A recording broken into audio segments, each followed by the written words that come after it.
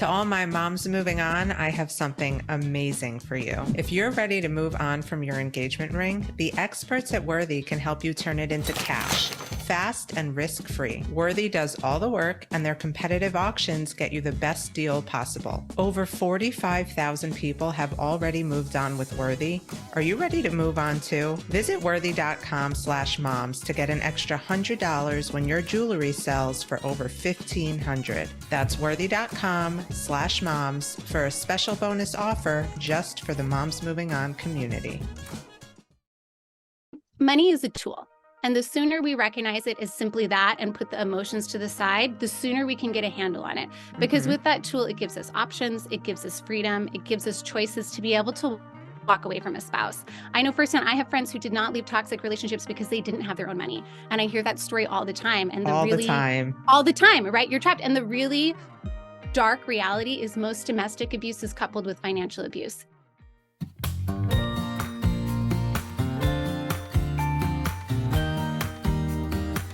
Welcome back to another episode of Moms Moving On. I'm so happy you're here, and I'm so excited for you to meet our guest today. Her name is Ashley Miller, otherwise known as Madam Trader. Growing up in Montana, Ashley was exposed to the market's impact on our lives through her family's business. As a finance professional, she has seen just how disproportionately the lack of market participation has negatively affected women. She has a passion for storytelling, problem solving, and helping her friends, family, and clients achieve their goals.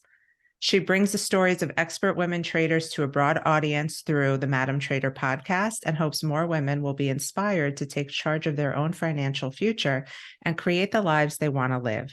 Ashley, this hits home because this immediately transports me back to my mindset 6 years ago when I had just gotten separated. And I mean, I was working like I needed the money because I did. And I was in fear all the time of not having enough. I'm just so grateful that we get to have this conversation with you today. Thank you. I'm so excited to be here. I really appreciate having this conversation today. It's impactful for women, no matter what phase of life you're at. And certainly when you're going through a separation, it's just even more heightened. So it's wonderful to dive in with you. So tell us about Madam Trader. How did this all come to be? Yeah, absolutely. So Madam Trader came out of my work at T3 Trading Group, where I looked around and I said, hey guys, this is great. Where are all the women? And they said, yeah, we know. And I said, no, really, where are all the women? We know that women are good at trading. We know that women need to be in this space. What's happening here? And for so long, markets and finance have felt really off limits to women. I mean, they actually were until the Fair Credit Act in the 70s. You couldn't get a loan without a male co-signer, right? It's always been a very male-dominated field, even though there's all this research that shows that women are very good at managing risk, really good at sticking to a trading plan. And they said, okay, you do something about it. So I started just interviewing the women that we had in-house that were really successful, which is very inspiring and great. And then we really realized, okay, this is a bigger issue than just trading. You know, the pay gap gets a lot of attention in the news, which is really a valid topic. We really need to get that fixed ASAP. But bigger than that, it's the wealth gap. You know, the pay gap's about 80 cents to the dollar. The wealth gap is 32 cents to the dollar on average, and all the way down to 1 penny for women of color. So this is a massive problem, and it's definitely not women's faults. A lot of it comes down to lack of access, lack of accessible education. You know, we don't teach financial literacy in the public school system. And so we decided this isn't just about trading in the markets. It's about creating a space where talking about money is comfortable, it's accessible. We can get rid of any feelings of shame or try to alleviate a lot of the discomfort around it so that it's more approachable and you can take charge of it. Because ultimately, the more you understand finance, the more you can have freedom over your life. And the less you understand it, the more it's going to control your life.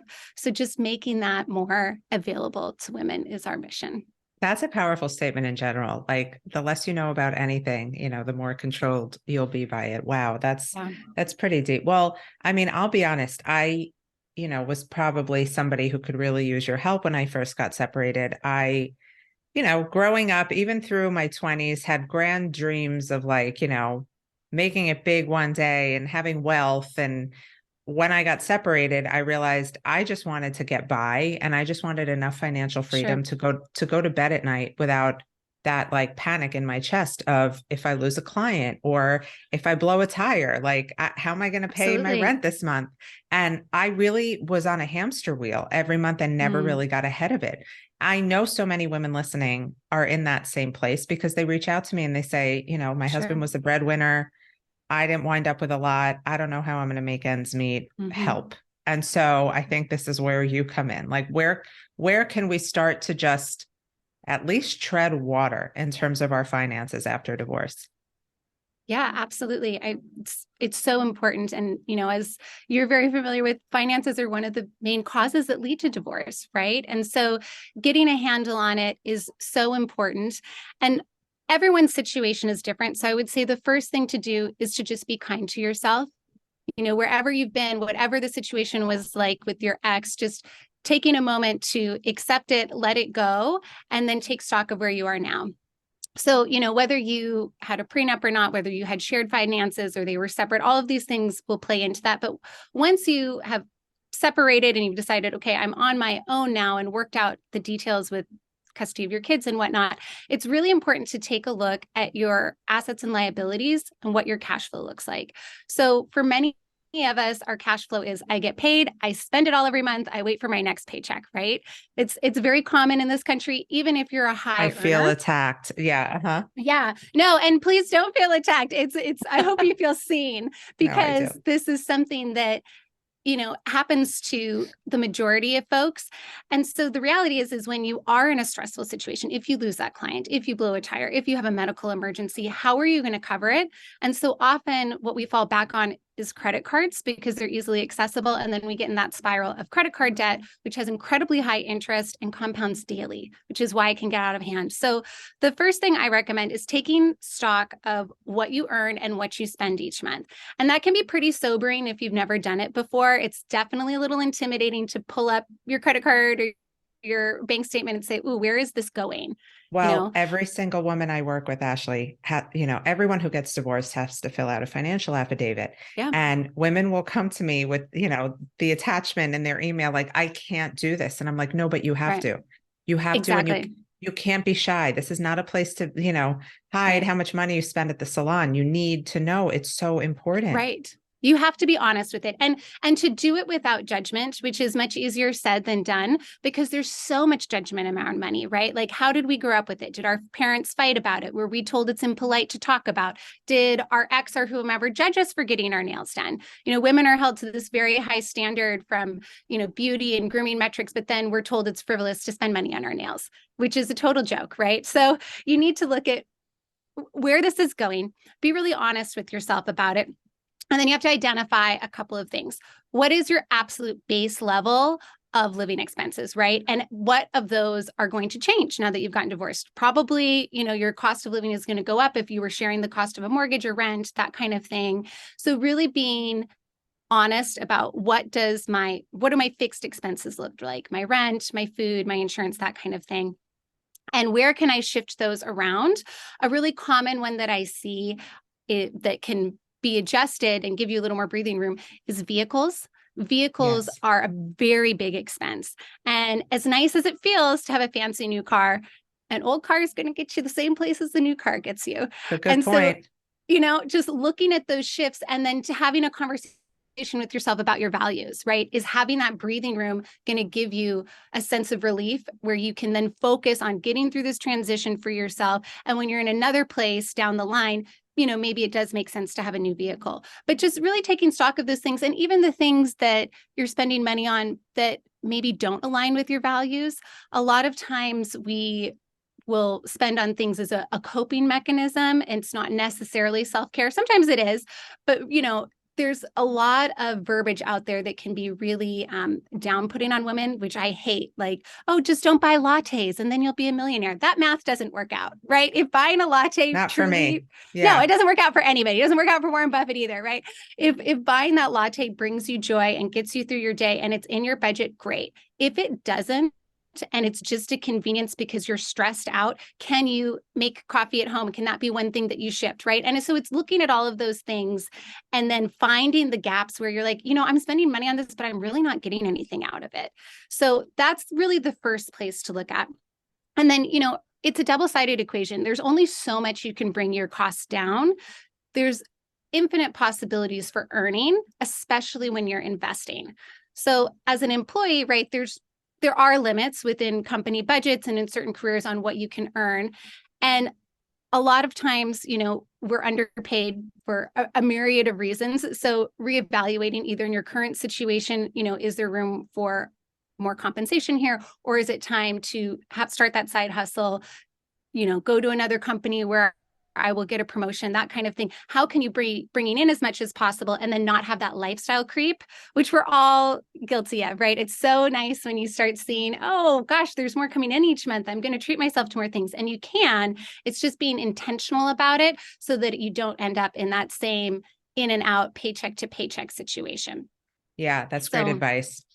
And I think for so many moms, because I mostly work with moms, they'll say, they'd rather go without so that their children can still experience what they were used to before the divorce. And part of me is like, I think we don't have to put a monetary value on children's experience after divorce. Like children do not remember what you spend on them. They remember how you make them feel. But I also understand that feeling of inadequacy when maybe the other parent is the higher earner with more money and can do all these fancy things and you can't. So how important do you think it is for moms to budget a little bit of that fun money to use for their children and all the things that they like to do with their kids?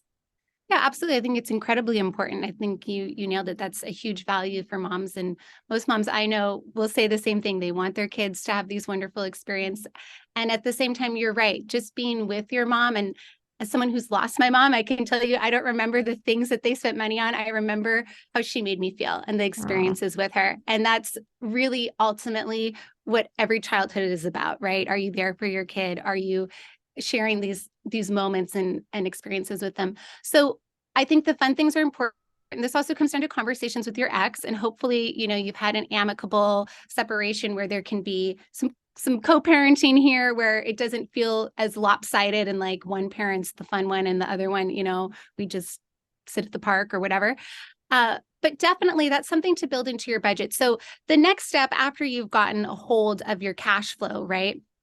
If you're someone who, is not dealing with a lot of high interest debt and you're ready to build up the fund bucket, I would say definitely putting that towards kids is important. And, like you said, a lot of moms will put that before themselves. I would say it's a lot like on an airplane, you got to put your own oxygen mask on before assisting others, right? You do have to have some money set aside to take care of yourself too.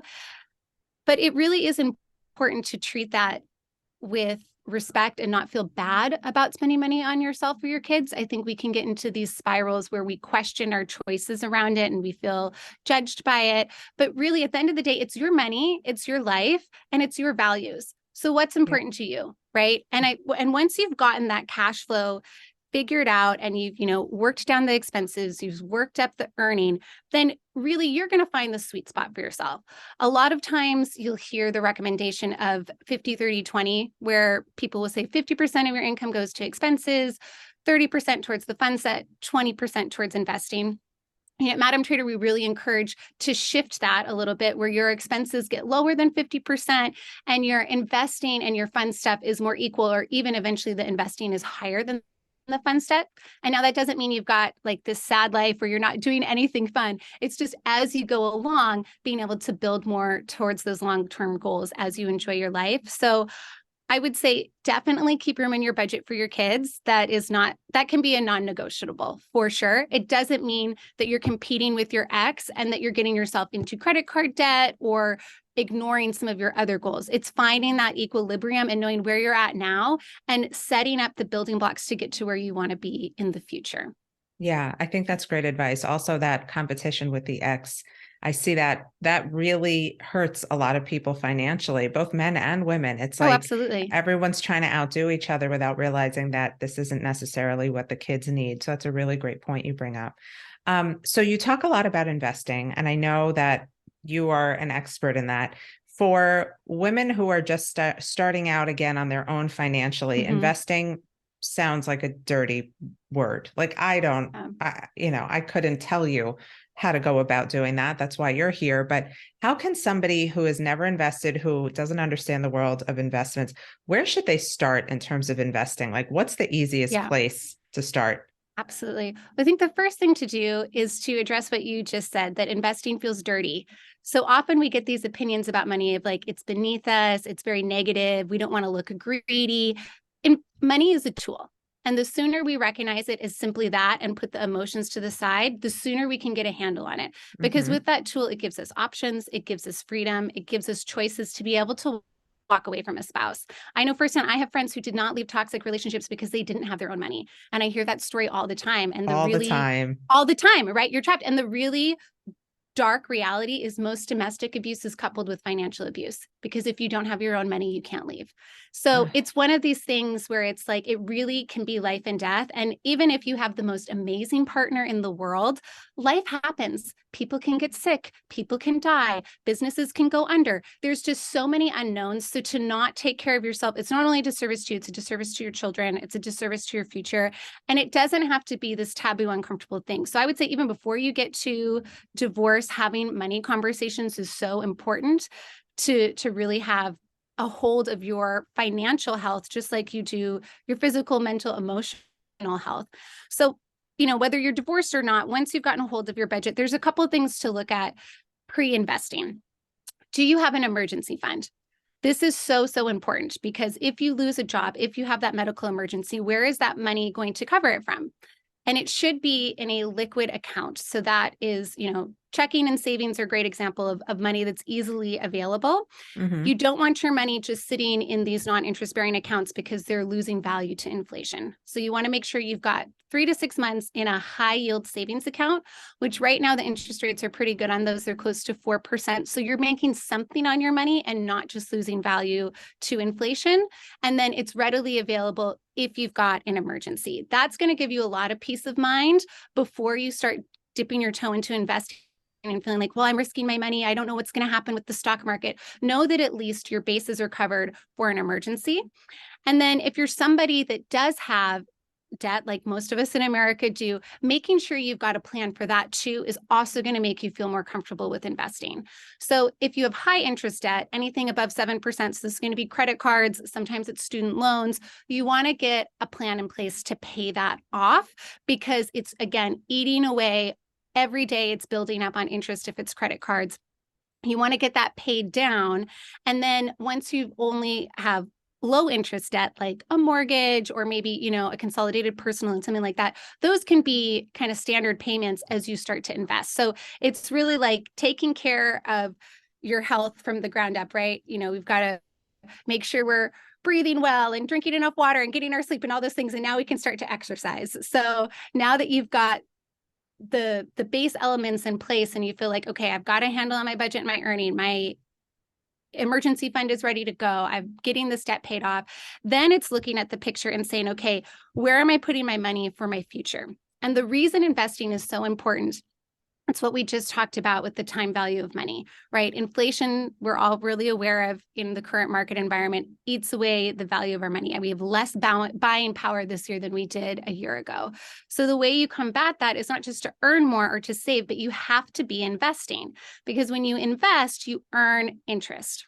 And when you're earning interest on interest, it compounds. And over time, there's an just exponential result, right? If you were to save, $1,000 a month in a savings account, you've got $1,200 at the end of the year. If you're putting it into an interest-bearing account or the stock market, you're earning interest. Now, the thing to remember with paper assets, with stocks, bonds, mutual funds, that kind of thing, is these are actively traded instruments. You're not guaranteed a return. So that means Right. every day people are coming. They used to come to the physical exchange. There's a few people have to do that, but mostly online to buy and sell and trade in value. And I think it can feel a little overwhelming and intimidating and like, what is this? What's happening? There's so much jargon. Trading and investing can be as complicated or as simple as you want to make it. And once you've committed to, okay, this is important for my long-term goals, I want to do this, the easiest way to get started is to automate it and to use a trusted robo-advisor site where you can just have that money going into an index fund that's balancing out the risk for you and continuing to cost average in as you put that money in. So couple of things I said there. I'll back up to kind of I'm talk like through this. index fund, Index fund. ABC, Yeah. one, two, Right. Is three. all I this don't stuff. know. Right. So a stock, right, is a piece of ownership in a company, and you can buy and trade individual stocks. People do this typically on a shorter time frame to capitalize in moves in the market, right? Okay, there's the war in Ukraine, there's earning reports, different things will make price go up or down. In the long term, historically, the stock market has gone up. Now, it's cyclical. Right now, everyone's talking about a recession. We're dipping our toe into that. It goes both directions. So you have to know your time frame. If you're investing, it should be mid to long term. So you don't want to be putting money in an investment account that you're going to need for that emergency, to pay off your credit cards, to pay your rent, right? This is money that's going to future goals. And when you're buying an index fund, what you're doing is you're buying a big basket of stocks altogether. So rather than having to bet on Tesla or Apple or whatever and say, I think this is going up because I hear people talking about it, you've got this fund that has balanced your risk. So there's different stocks from multiple companies. So some will go up, some will go down, and you're balancing that out. So you're not going to have crazy returns or crazy losses, but over time, you should see a steady increase. And when you leave your money in there, historically adjusted for inflation, returns on the stock market are 8%. So it's really like 10%, but we take out 2%. That's the standard for inflation we want to hit. So if you put $100 in an index fund and you get 8% at the end of the year, you're going to have $108, right? So that doesn't sound super exciting. It's something. You leave it in, the next year, you're earning interest on that $108. So you don't just have another $8, you have $8.64. And this is where it's so important to leave your money in. It sounds like nothing, but the longer you leave it in there, the compounding is exponential. Einstein called compounding interest one of the greatest wonders of the world because of this. It just goes so fast once you've hit a certain amount of time in there. So you've really got to be committed to your goals, but this is one of the reasons so many women end up retiring impoverished, because they haven't invested and they haven't let their money compound through their working lives. And now they're just sitting on savings that they'll drain down. So it's a hard topic to talk about in the beginning because it's this far off goal. However, I would say, what do you want your life to be like with grandkids? What do you want your life to be like when your working years are over? What do you want your life? Do you want to work your whole life? And if the answer to that is, I want to be able to spend time with my family and loved ones, I want to travel, I don't want to be stressed about my bills, you have to invest. There's only so much you can earn. There's only so much you can save. But compounding will definitely get you into a place where you can have real financial freedom. And a tool that I like to play with is a compound interest calculator. If you Google this, you can find a ton of them. There's a free one from the government. I just did this with a friend the other day because, today is tax day. So everyone's trying to get their contributions in. God, and I said, it is. Yeah, right. It's so everyone's stressed out about that. And I said, look, if you put your contribution for your IRA in for 2022, like you've got that extra money compounding. If you miss the deadline, you're losing out on that. So let's look at that. So the 2022 limit for an IRA was $6,000, and we put in 8% over 30 years. She'd end up with $75,000 at the end of 30 years with compounding interest. Yeah. That's amazing. So you're leaving all of this money on the table by not participating. And I think it feels really intimidating when you see the stock market go down and there's all of this jargon and stuff, but really it's just understanding compound interest and how the time value of money, that's the bare minimum, right? And then if you want to get started and you're like, okay, I understand these concepts, I'm still a little overwhelmed, I don't really want to do this myself, but I want my money to be working for me. You can open a brokerage account really anywhere. I personally am a huge fan of Ellevest. It was started by Sally Krawcheck, who's a Wall Street Wonder Woman who really recognized, hey, investing isn't just a problem. It's really a problem for women. We live longer. We have career breaks. These products were made by men for men. I'm going to do it differently. So she has a ton of wonderful, accessible education. And they also offer impact investing. So like for myself, I have an IRA with them and I have that impact investing on. So I know that they are investing in companies that are, perhaps B Corps. They're focused on the environment. They have women on the board. They're doing things that are making a difference in the world. And that's one of the beautiful things about participating in the stock market is you can vote with your dollars. And at the end of the day, like this is a capitalist country, whatever your feelings are on that, voting with your money is as powerful in a lot of ways as going and actually voting at the voting booth, because you can create the change you want to see by putting your money to work in places that are meaningful to you. That's So incredible. there's a lot of power behind it. Wow. Really, really great stuff. You are so knowledgeable in this. It's amazing to me. And you Well, make it also you easier to understand. Like I'm not educated in this at all, and I wish I were. And now I'm about to call my accountant and be like, it's time for an IRA, apparently, if nothing more. absolutely. So that Absolutely. feels like a safe place to start. Yeah, absolutely. I think just starting that brokerage account. So, like the example of Elevest, that's a robo investor. So there isn't someone actively managing that money like they would in a mutual fund or a hedge fund, trading it every day. There's set parameters of risk, and then that gets rebalanced based on the algorithm. So there's a lower fee. It's typically about 0.5% on that. Mm-hmm. So it's a really accessible way to get started. And then you have to automate it. Just like paying down debt or paying or filling up your savings, your high yield savings account, automate those payments until you've hit those goals. And then you've got to automate your investments and treat it like a regular bill. You'll often hear people say you're paying yourself first. And this is really valid. The common equation that most of us use is we get paid and we say, okay, I've got to pay all these bills, my rent, my groceries, whatever. Then I'm going to do the things that I want to do. And then if there's anything left over, I'll save that. You need to flip the last two. You have to pay for Oh, your life, and then you've got to pay yourself. I treat my contributions as a bill. I've been in situations where I've been between jobs, I've been strapped, whatever, and I do not change that contribution. And I've been able to do that because I had an emergency fund saved. I was prepared for these leaner times. And that way my money keeps compounding for me, and you keep cost averaging in. So you'll hear that a lot. What cost averaging in means is, like, right now the market's in a little bit of a slump. We're anticipating a recession and more of a longer term bear market, meaning it's going down.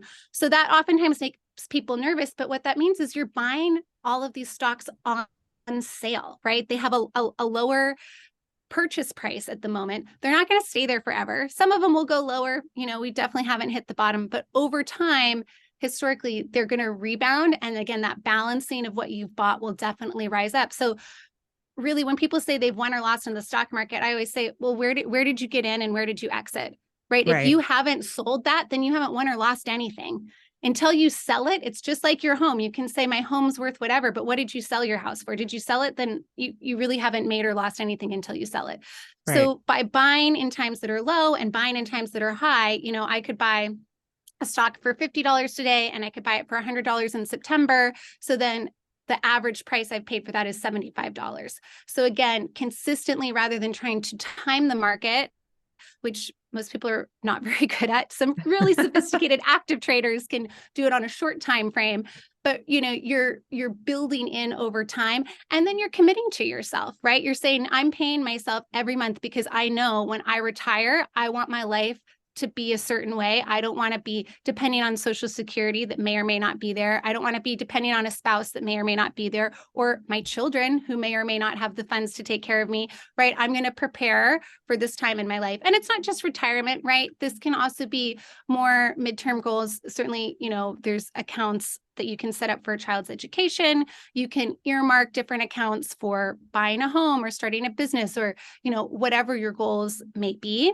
But really treating that as an essential cost and not a nice to have, I think, is the mindset shift that has to happen. And then again, you still leave enough for yourself to enjoy your life, to do the things that are meaningful with your kids. Like for myself, I'm in New York. I love going to Broadway shows. That brings me so much joy. They're expensive, but you know what? I put it in my budget and nobody can shame me about it or tell me that was a frivolous use of my money.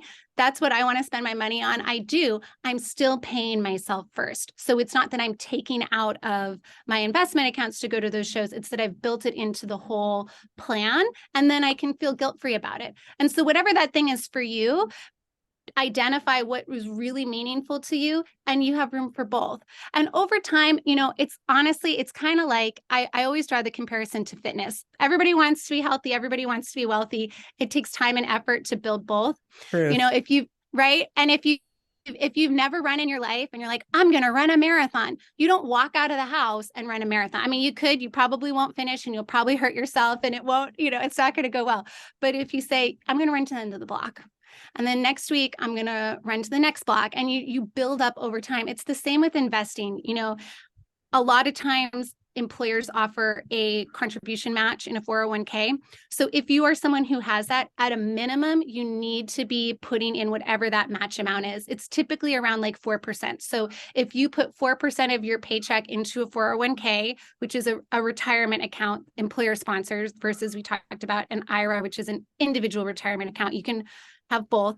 You want to at least do that 4%, because otherwise you're literally leaving free money on the table, right? Yeah. So you want to minimum do that at the same time as paying off high interest credit cards and building up that emergency fund, what have you. Once you've finished paying those off, you've got more room now where you can say, well, what if I bump that to 5%? What if I bump it to 6%? And you keep going a little more. And it's just like adding a half mile onto your run, where little by little, all of a sudden it's like, oh, I feel comfortable now, right? If you look at just the end goal and not the steps to get there, it's so defeating, right? It's like, how would I ever get there? You've got to break it down into measurable, attainable steps, and then keep reevaluating them. Find someone that you can talk to about this. Yes. I think that's one of the biggest things is women have been taught forever that it's rude to talk about money. We're not supposed to do that. It's, it's impolite. Bullshit. You got to talk about it. Talk with your friends, and people will have different, levels of comfort. You got to respect that. There's a lot of, interpersonal trauma around money and the emotions of it, but find somebody you can talk to about these things who can also hold you accountable and say, like, are you still investing? What's changed? And that's, I think, one of the most powerful things that women do is we really are great at showing up for each other and supporting each other in our goals. Amen. Yeah. And so you don't have to do it alone.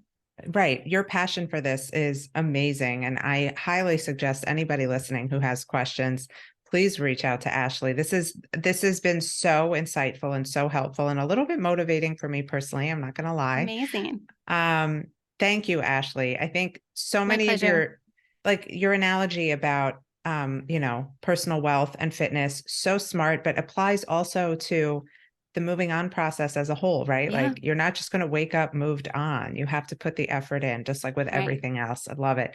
Ashley, where can everybody find you if they have more questions or if they want to get in touch with you? Absolutely. Well, you can email me at hello@madamtrader.com. I would love to hear from you if you have questions on anything we talked about today or topics we want to cover. I also break down a lot of these concepts in very short mini episodes on the Madam Trader podcast. You can find those on Spotify or Apple Podcasts. So you can listen about inflation for 10 minutes. You can listen about compound interest. We did an episode on the SVB bank collapse. If that's confusing and you want to know what really happened, check that out. We also have updates on our Instagram. That's Madam Trader NYC. So anything going on will be posted there. Love it. You are very wise. Thank you, everybody, for listening. Thank you, Ashley, for being here. And we'll see you next time on Moms Moving On.